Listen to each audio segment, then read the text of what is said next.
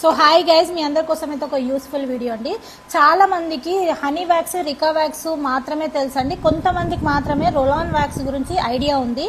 అది ఫ్రెషర్స్కి మాత్రమే చెప్తున్నాను ఈ వీడియో నేను. సో అప్పట్లో నేను హర్బన్ కంపెనీలో చేసేటప్పుడు అయితే మిషన్ మాత్రం ఇలా వస్తుండే అండి. సో దీని ప్లగ్ వేరు ఉంటుండే అండ్ దీని మిషన్ వచ్చేసి మనం ఇందులో ఆన్ చేస్తే ఇక్కడ వచ్చేసి నంబర్స్ అనేది వస్తుండే మనకి. సో ఒక 5-6 ఇయర్స్ బ్యాక్ చెప్తున్నాను నేను. రోలాన్ వ్యాక్స్ అనే హీటర్ అనేది ఇలా వస్తుండే. సో ఇప్పుడు ఒక స్టైల్ వచ్చిందండి రోలాన్ వ్యాక్స్కి. సపరేట్గా దీనికి అనేది ప్లగ్ అయితే ఇవ్వలేడు, డైరెక్ట్ మనకి ఇక్కడ ఇచ్చారండి. ఈ ప్లగ్ కనుక మనం ఇలా పెట్టుకొని ఇది మనం హోమ్ సర్వీస్కి కూడా క్యారీ చేసుకోవచ్చు ఈజీగా.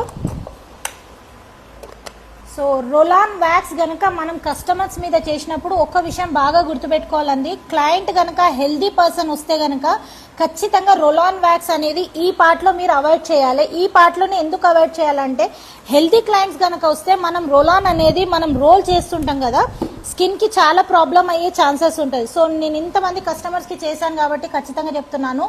క్లయింట్ పర్సనాలిటీ కూడా చూసి మనం ఏ వ్యాక్స్ చేయాలి ఏంటి అనే కస్టమర్కి చూసి మనం ఎక్స్ప్లెయిన్ చేయాలి.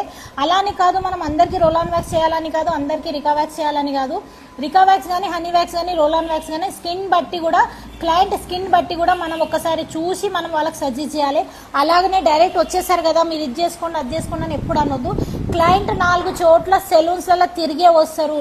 తిరిగి వచ్చి కూడా మిమ్మల్ని క్వశ్చన్స్ ఒక మాట అడిగారంటే కరెక్ట్గా మీరు ఆన్సర్ చెప్పేటట్టు కూడా మీరు ఉండాలి. సో ఇలాంటి టిప్స్ అన్ని మీరు నేర్చుకోవాలంటే